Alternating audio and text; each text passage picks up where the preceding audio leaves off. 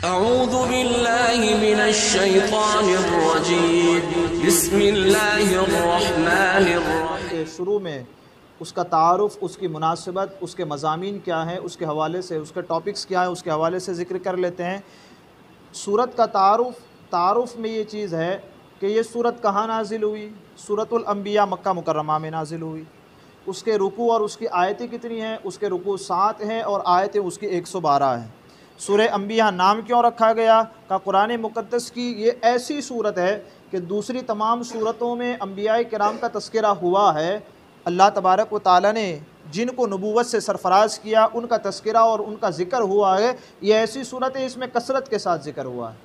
हज़रत मूसा है, हज़रत हारून है, हज़रत ज़करिया है, हज़रत अय्यूब है, हज़रत इदरीस है, और ख़ुद सरवर कायनात सल्लल्लाहु ताला अलैहि वसल्लम को जो लक़ब अता किया गया वमा अरसलनाका इल्ला रहमतल लिल आलमीन, वो इसी सूरत में नाजिल किया गया। तो बहुत सारे वजूहात हैं और कसरत से अंबिया का तज़किरा होने के सबब इस सूरत का नाम सूरतुल अंबिया रखा गया है।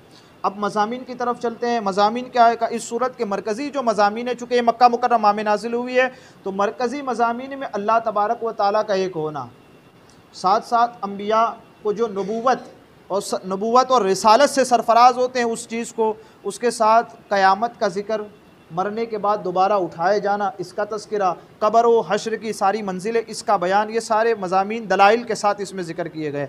और ख़ास तौर पर कैसे ज़िक्र हुए हैं? का क़यामत का वाक़े होना और हिसाब और किताब का बिल्कुल करीब होना। कि देखें, एक जो घड़ी हमारी ये गुज़री, अभी जो मगरिब का वक़्त गया और ये जो घड़ी गुज़री, वो जो गुज़रने वाली घड़ी है वो हमको क़यामत से करीब कर रही है। हम यूँ समझते हम बड़े हो रहे हैं, हमारी उम्र बढ़ रही है, तो ये गुज़रने वाली घड़ी के साथ हम बड़े हो रहे हैं। कुरान ये बयान फरमाता है, ये ना देखो तुम बड़े हो रहे हो, ये देखो कि हिसाब का दिन करीब हो रहा है। जितनी घड़ियाँ तुम्हारी आगे गुजरती जा रही है, हिसाब का दिन उतना करीब होता जा रहा। ये बुनियादी चीज़ इसमें ज़िक्र की गई। साथ साथ इसमें जब नबी हमारे आका सल्लल्लाहु अलैहि वसल्लम कुफ़ार मक्का के सामने तबलीग करते, तो वो क्या देखते थे? कहा ये तो हमारे जैसे हैं, खाते हैं, हमारे दरमियान पैदा हुए हैं, इनके भी बच्चे हैं, हमारी तरह इनकी भी बीवियां हैं, सारे मामलात हमारी तरह करते हैं, कपड़े भी हमारी तरह पहनते हैं, सारा मामला जो इनका सिस्टम है वो हमारी तरह है। तो कैसे? का ये कोई नबी नहीं है, ये हमारी तरह है। अल्लाहु अकबर। तो ये नबी को उन्होंने जो अपनी तरह कहा, इसका मुदल्लल दलाइल दे करके इनका रद्द किया गया और हुजूर की अज़मत और शान को बयान फरमाया गया। फिर कुफ़ारे मक्का अपने लिए क्या कहते? अल्लाह ने तो हमको बेटियां दी, अल्लाह ने हमको बेटे दिए। अपने यहाँ बेटा पैदा होने पर खुशी मनाते, और जब अल्लाह तबारक व तआला के मुक़द्दस रसूल सल्लल्लाहु अलैहि वसल्लम मलाइका का तज़किरा करते, मलाइका फ़िरिश्तों का तज़किरा करते, तो ये कुफ़ारे मक्का कहते अल्लाह ने हमको तो बेटे दिए और अपने लिए बेटियां रखी, माज़अल्लाह। तो फ़िरिश्तों को अल्लाह की बेटियां कहते। अल्लाह तो पाक है, न वो किसी से पैदा हुआ न कोई उससे पैदा हो, लम यलिद वलम यूलद, न वो किसी का बाप है न उसका कोई बाप, वो तो शरीक होने से पाक है। तो उनका जो ये कहना कि फ़िरिश्ते अल्लाह की बेटियां हैं, माज़अल्लाह, इसको भी अल्लाह तबारक व तआला ने दलील दे करके उनकी इस बात का भी रद्द फरमा दिया। साथ इतने सारे अंबिया का तज़किरा है, हज़रत मूसा, हज़रत हारून, हज़रत इब्राहीम, हज़रत इस्माईल, हज़रत ज़करिया, हज़रत यहया, हज़रत अय्यूब, हज़रत इदरीस, हज़रत ज़ुल्किफ़्ल, मुख्तलिफ़ अंबिया किराम के वाक़यात, उनकी ज़िंदगियाँ, उनकी ज़िंदगियों के जो बेहतरीन मकामात थे वो सारे ज़िक्र किए गए। और उन ज़िक्र करने के बाद, इन सारे वाक़यात बयान करने के बाद मकसद क्या बताया? का अंबिया किराम की बैसत और अंबिया किराम की तबलीग, इसका असल मकसद क्या? का वो मखलूक को अल्लाह तबारक व तआला की इबादत की दावत दें। अंबिया का मकसद क्या होता है?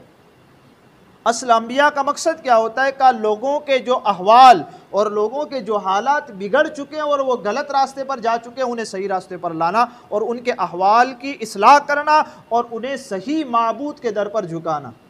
ये इसलिए अंबिया किराम की ज़िंदगियाँ जो बयान होगी इसमें का उनका मकसद और कोई चीज़ नहीं। मकसद ये है कि अल्लाह तबारक व तआला ने ये जो दुनिया बनाई है और इस दुनिया के बाद एक आने वाली दुनिया आने वाली है, जिनमें इस दुनिया में तुमने जो किया उसका फ़ैसला होगा। तो कहा यहाँ क्या करना है? कहा ये जो हिदायत देने वाले हमने भेजे उनकी पैरवी करनी है, इनकी पैरवी करोगे कामयाब हो जाओगे। ये तज़किरा कुरान मुक़द्दस ने बयान फरमाया। क़यामत की हौलनाकियाँ और इस सूरत के आखिर में हुज़ूर सल्लल्लाहु ताला अलैहि वसल्लम को तमाम जहानों के लिए रहमत बनाया, इसके बारे में कुरान मुक़द्दस ने वही का नुज़ुल फरमाया है। और साथ में बयान फरमाया कि वो अल्लाह तबारक व तआला एक है, उसका कोई शरीक नहीं, वो शरीक से पाक है। अब इसकी मुनासिबत भी सुन लेते, बात ख़त्म हो जाएगी सूरह ताहा के साथ। इसकी मुनासिबत क्या है? का सूरह ताहा का जो आखिरी रुकू हमने और आपने बयान किया वो क्या था? का ये कि क़यामत आने वाली है, क़यामत से डराया गया था। अब यहाँ पहली की आयत से इक़्तरब लिन्नास हिसाबुहुम वहुम फ़ी ग़फ़लतिन मुग़रिदून, लोगों का हिसाब बहुत करीब है लेकिन लोग गफलत में पड़े हुए। वहाँ क़यामत का तज़किरा हो रहा था आखिर में, यहाँ क़यामत का तज़किरा सबसे पहले। वहाँ क्या था कि दुनिया की ज़ैब व ज़ीनत और दुनिया की खूबसूरती की तरफ तुम निगाह न डालो। वला तमुद्दन्ना ऐनैका इला मा मत्ताना बिही अज़वाजम मिनहुम, ये तुम्हारी निगाह भी न करो किन की तरफ का? जिनको दुनिया का मालो मता और दुनिया की जाहो जलाली जिनको मिली है उनकी तरफ तुम निगाहें भी ना उठाओ। हमारे और आपके लिए क्या है? कहा हमारे और आपके लिए तो वो चीज़ है जो अल्लाह के पास है, वो सबसे बेहतर है मुसलमान और मोमिन के लिए। तो हमारी और आपकी नज़रें कहाँ लगी रहनी चाहिए? कहा हर वक्त क़यामत के तज़किरे और क़यामत की फ़िक्र के बारे में और आने वाली रब की न ख़त्म होने वाली नेमतों की तरफ हमारा और आपका ध्यान और तवज्जो होनी चाहिए। वो आखिर में यहाँ बयान हुई, यहाँ सबसे पहले बयान हुई कि दुनिया की चीज़ों की तरफ हम और आप रग़बत ना करें और इसमें बह न जाएं। अल्लाह ने हमको सब कुछ दिया है तो क्या करना है? कहा बेरारब हो जाओ, बेलगाम घोड़े की तरह। वो ऊँट जिसकी नुकेल को नाक से निकाल लिया जाए तो वो पकड़ में आता है?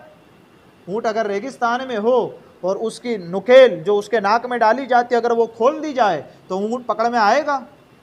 नहीं आएगा। ऐसे ही इंसान को जब माल और दौलत दे दी जाती है ना तो वो बेमुहार ऊँट की तरह हो जाता है, खुला आज़ाद हो जाता है। अब वो गुनाहों की तरफ ऐसे भागता है कि न उसे रब याद आता है, न अल्लाह के अहकाम, न कुरान, न रसूल, कोई चीज़ याद नहीं आती।